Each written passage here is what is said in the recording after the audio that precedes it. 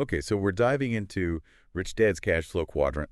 All right? And, this isn't just your typical personal finance book. Right. This one's really about understanding the system of money Yeah, and how to make it work for you instead of the other way around. exactly. It challenges that traditional narrative we're always told, right? Yeah. Go to school, get a job.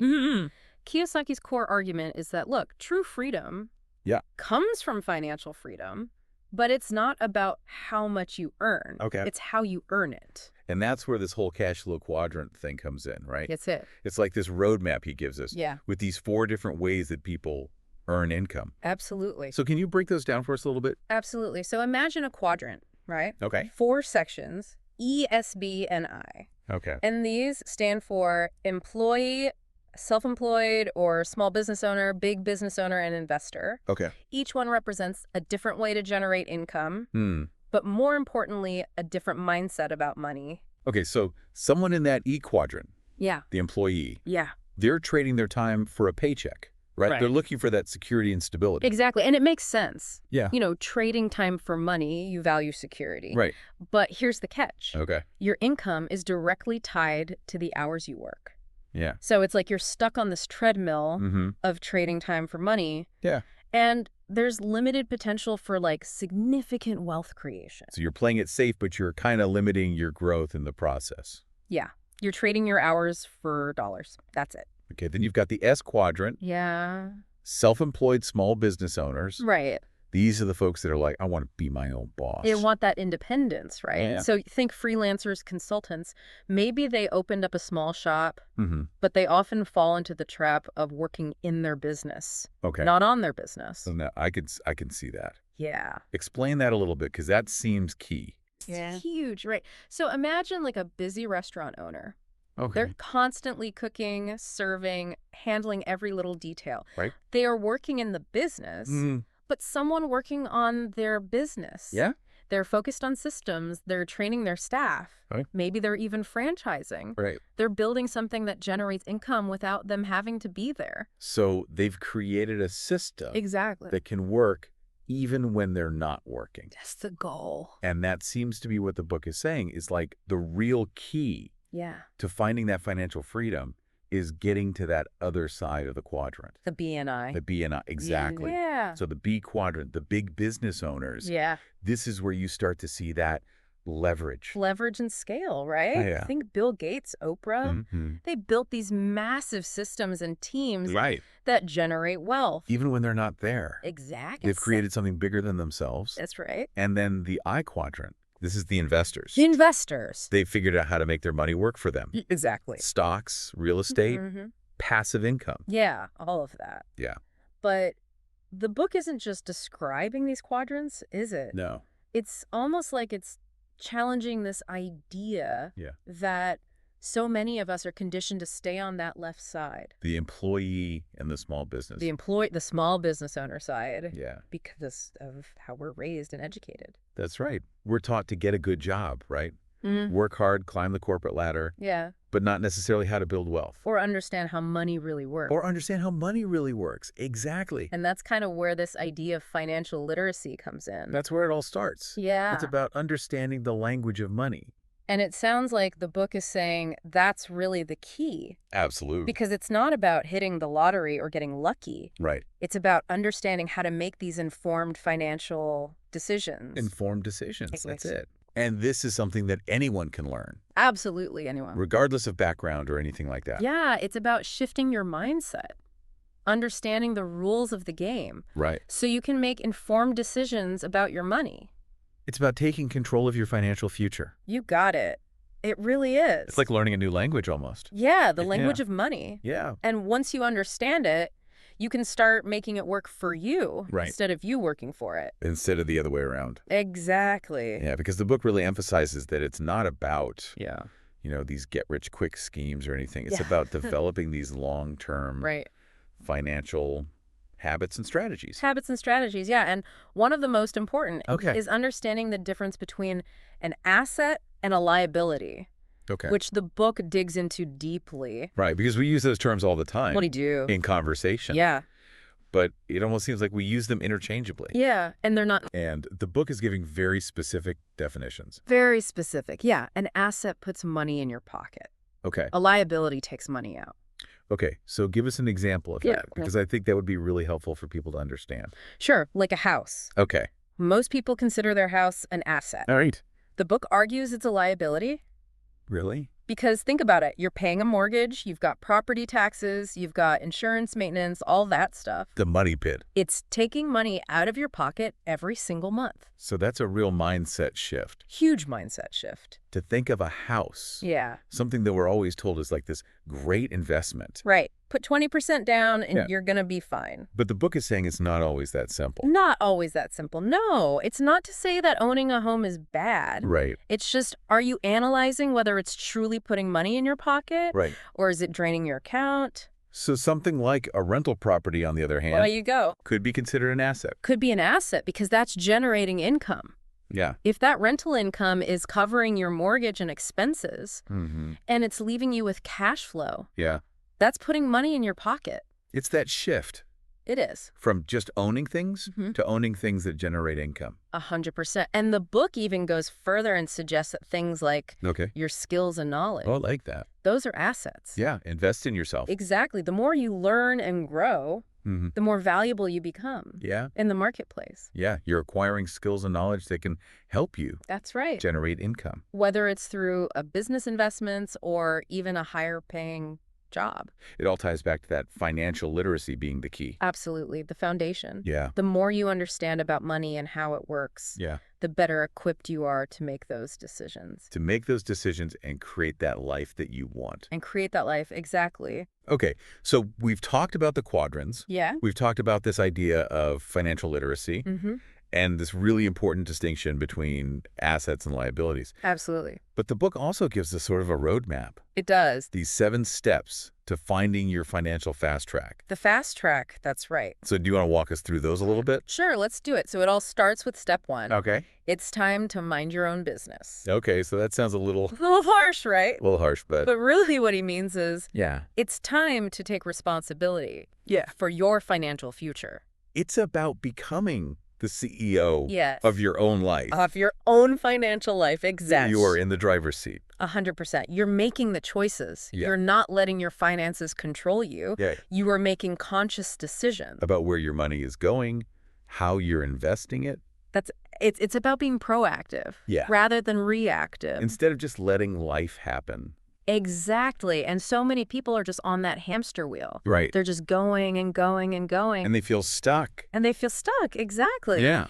And it's because they're not being proactive. They're not making those conscious decisions. They're not minding their own business. So mind your own business is step 1. Step 1. What comes next on the financial fast track? Step 2 is take control of your cash flow. Take control of your cash flow. That's a big one. It's huge. Yeah. It's about understanding where your money is going Okay. and making sure that it's working towards your goals. It's like creating a budget, Yes. tracking those expenses, Tracking those expenses, yeah. figuring out where you can cut back maybe. Because most people, they have no idea. Yeah, they just spend it. They work and they pay bills and they repeat. Yeah, it's like they're on this hamster wheel. Exactly. And that's why this step is so important. Okay. By taking control of your cash flow, you gain clarity about your situation. No. Yeah, you can see clearly what's coming in, what's going out, Exactly. And then you can start making decisions. about how to make it work better for you. 100%. Okay.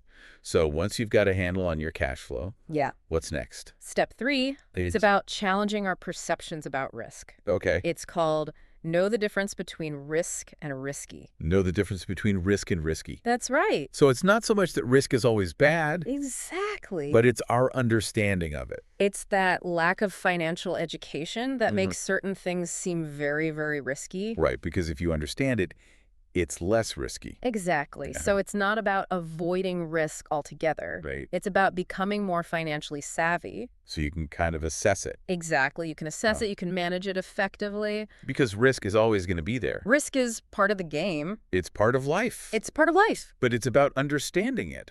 100%. And that's what this step is all about. Equipping yourself with that knowledge. So you can make those smart decisions. Exactly.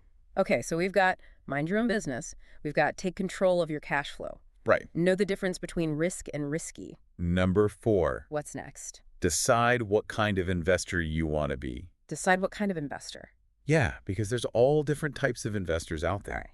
And how do I figure out which one I am? Well, the book highlights three main types. Okay. You've got those who seek problems, Mm-hmm. you've got those who seek answers, Okay. and then you've got those who seek an expert to tell them what to do. Oh. Okay, so it's like different personalities almost. Exactly. And the book argues that those who seek problems, Okay. they often find the greatest opportunities. Because they're not afraid of a challenge. They're not afraid of a challenge. They see the potential. They're the ones who are willing to roll up their sleeves, get their hands dirty, Put in the work. put in the work, and they're not afraid to take those calculated risks. Okay. What about those who seek answers? Those are the folks who are constantly learning, expanding their knowledge. They want to learn more. They want to know more. So knowledge is power for them. 100%. They're doing their research. They're asking questions. You want to be informed. They want to be informed so they can make the best decisions. Okay. And then you've got the folks that want to just find an expert. Right. Find the guru. Find the guru and just follow their lead. But the book kind of cautions against that. Yeah, because you're putting a lot of trust Blind trust in one person. in one person, and you're not necessarily doing your own due diligence. Right. It's still important to be informed. You still got to do your homework. You got to understand it. Even if you're getting advice from someone, Exactly. you got to know what they're talking about. Okay, so we've got our three types of investors. There you go. What's step 5? Step 5 is called Find a Business That Needs You. Find a business that needs you. Okay, so what does that mean? It's about finding that business or that industry that aligns with your passions, with your skills. So it's got to be something you care about. It can't just be about chasing the money. Right. It's got to be something that you're passionate about. Because that's how you're going to stay motivated. Exactly. Passion fuels that dedication. Yeah, Fuels that creativity. absolutely. And it gives you that resilience to keep going when things get tough. Because it's not always going to be easy. It's not. It's going to be hard. Yeah, so find something you love. Find something you love and then find a business that needs you. Okay, so we're aligning those passions with the financial goals. 100%. Love it. Okay, what about step 6? Step 6 is about building that network, Okay, that support system. It's called Seek Mentors. okay. So find people who've done it before Exactly. Find those people who are where you want to be. and learn from them. Learn from their mistakes. Learn from their successes. They can give you advice. Mentorship is so valuable Absolutely. because they can see things that you can't see. They've got that experience, They've been there. They've done that. and they can help you avoid those pitfalls. 100%. Okay, so finding mentors is crucial. Crucial. But it's not just about finding anybody, right? No. It's about being selective. The book talks about being very intentional Okay, about who you choose as your mentors. so find people that you resonate with, Find those people who inspire you, who challenge you, who support you, who you want to be like. who you want to be like. Exactly. Okay, so we've got mind your own business, take control of your cash flow, Yep. know the difference between risk and risky, decide what kind of investor you want to be, Yeah. find a business that needs you, seek mentors. This is good stuff. This is good stuff. What's the final step? The final step is all about mindset. Okay, It's called Overcome Obstacles with the Power of Faith. overcome obstacles with the power of faith. That's powerful. It is, because look, the Yeah. road to financial freedom, Yeah. it's not going to be easy. It's going to be bumpy. There's going to be bumps. There's going to be detours. You're going to have setbacks. You're going to have setbacks. Probably some failures along the way. You're going to want to quit.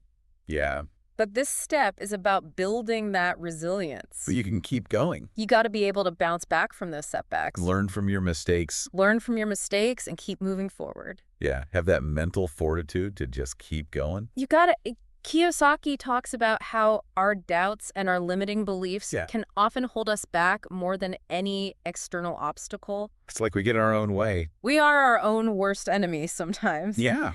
And so this step is about developing that unshakable belief Okay. in yourself and your ability to achieve those goals. It's like that saying, whether you think you can or think you can't, you're right. 100%. It's all about mindset. It's about believing in yourself. It's about recognizing that you have the power within you Wow. to overcome those challenges and create the life that you want. This has been incredible. I Yeah. feel like every time we have these conversations, I know, me too. I learn so much. It's powerful stuff. It is, and we've covered so much ground. We talked about those 4 quadrants of the CASHFLOW Quadrant. Yeah. We talked about the different mindsets within each one. The 7 steps to find your financial fast track. Fast track. That's it. We talked about financial literacy, Assets versus liabilities. challenging those perceptions of risk. It's all about mindset. It really is. It all comes back to mindset. Before we wrap up, is there anything else from the book Ooh, that's a good question. that really stood out to you that you think our listeners should really keep in mind? You know, one thing that really resonated with me Yeah. was how Kiyosaki talks about financial freedom. Huh. It's not just about accumulating wealth for yourself. Okay. It's about having the resources and the freedom Yeah. to make a difference in the world. It's about what you do with it. Exactly. It's not just about amassing this huge fortune. Right? It's about how you use it. How are you using it to make an impact? Are you supporting causes you care about? Are you giving back to your community? Are you spending time with your loved ones? Exactly. It's about aligning your financial goals with your values. With your values, 100%. Oh, I love that. It's about living a life of purpose. Yes. A life of fulfillment. That's a great note to end on. I think so too. It's not just about the numbers. It's about the life that you create. Exactly. The impact you make. This has been fantastic. Thank you so much for joining me today. My pleasure as always. I always learn so much from our conversations. Likewise. And to you listening, thank you for joining us for this deep dive Yes, thank you. into Rich Dad's Cash Flow Quadrant. Pick up a copy of the book. Check it out. Explore these ideas further and start building that path You got this. towards financial freedom. That's right. Until next time, keep diving. See